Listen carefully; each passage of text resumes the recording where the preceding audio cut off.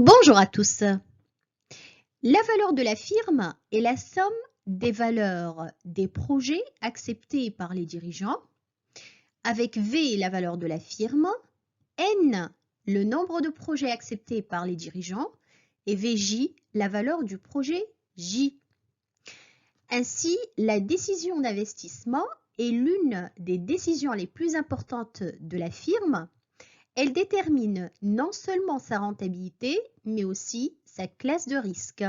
Soit l'exemple suivant de la société Copeland donnant les cash flows allant de l'année 0 à l'année 5 des 4 projets mutuellement exclusifs A, B, C et D. On vous demande de déterminer le projet qui maximise la richesse des actionnaires en appliquant la méthode du taux de rendement comptable. Avant de commencer à appliquer la technique du taux de rendement comptable, il faut comprendre que signifie le vocabulaire rentabilité, cash flow et projet mutuellement exclusif. La rentabilité permet de mesurer la capacité des capitaux investis à dégager un certain niveau de profit. Les cash flows, que nous appelons aussi les flux de cash flow ou encore les flux de trésorerie, font référence au mouvement d'argent entrant ou sortant d'un compte d'une entreprise. Généralement classés comme flux, les trésoreries provenant des opérations d'investissement et de financement.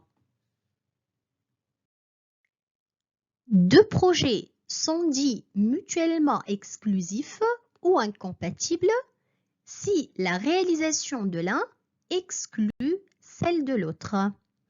Autrement dit, l'adoption de l'un des deux entraîne automatiquement le rejet de l'autre. Le taux de rendement comptable évalue la rentabilité d'un projet en divisant le bénéfice net comptable moyen par l'investissement initial.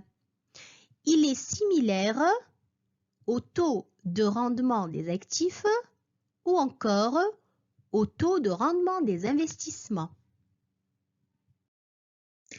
Comme le taux de rendement comptable est égal au bénéfice net comptable moyen divisé par l'investissement initial, nous allons commencer par déterminer le bénéfice net comptable moyen. En effet, le bénéfice net comptable moyen est la somme des cash flows générés par le projet moins le montant de l'investissement initial. Le tout est divisé par le nombre d'années 5. Ainsi, pour le projet A, le bénéfice net comptable moyen s'élève à 40. Pour le projet B, le bénéfice net comptable moyen s'élève à 260.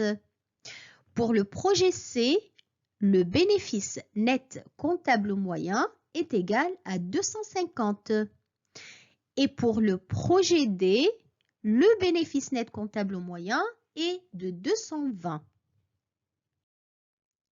Une fois le bénéfice net comptable moyen déterminé, nous pouvons déduire le taux de rendement comptable TRC. Il suffit de diviser le bénéfice net comptable moyen de chaque projet par l'investissement initial correspondant. Commençons par le taux de rendement comptable du projet A. 40 divisé par 1000 est égal à 0,04. En pourcentage, le TRCA s'élève à 4%. Les TRC des projets B, C et D sont respectivement 26%, 25% et 22%. Récapitulons, le taux de rendement comptable TRC des projets A, B, C et D sont respectivement 4%, 26%, 25% et 22%. Le projet à retenir est celui qui génère le TRC le plus élevé, c'est-à-dire 26%. L'investisseur choisira donc le projet B. Le problème posé par cette technique est double. D'une part, elle utilise le bénéfice comptable au lieu des flux de trésorerie et d'autre part, elle ne tient pas compte de la valeur temporelle des fonds. Ne pas tenir compte de l'actualisation signifie que l'investisseur serait indifférent dans son choix entre le projet B et un autre projet ayant les mêmes bénéfices nets, mais dont l'ordre chronologique est symétrique, parce que les deux projets auront le même taux de rendement moyen. Merci, à la prochaine vidéo.